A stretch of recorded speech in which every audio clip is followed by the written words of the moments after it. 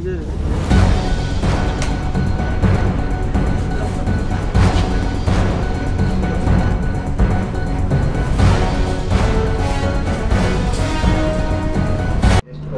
অপরাধে এবং ওদের উপরে কি কেস দেওয়া হয়েছে যদি একটু বলেন।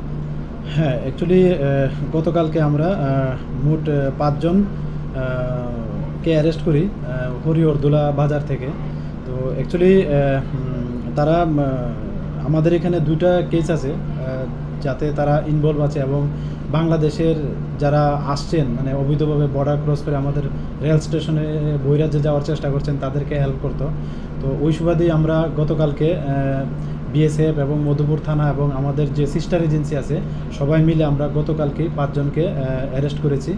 তো আজকে আমরা ওনাদের মহামান্য আদালতে প্রেরণ করছি এবং ওখান থেকে তাদের প্রিলিমিনারি ইন্টারোগেশনে আরও নাম আসছে, আমরা দেখছি এগুলি খতিয়ে।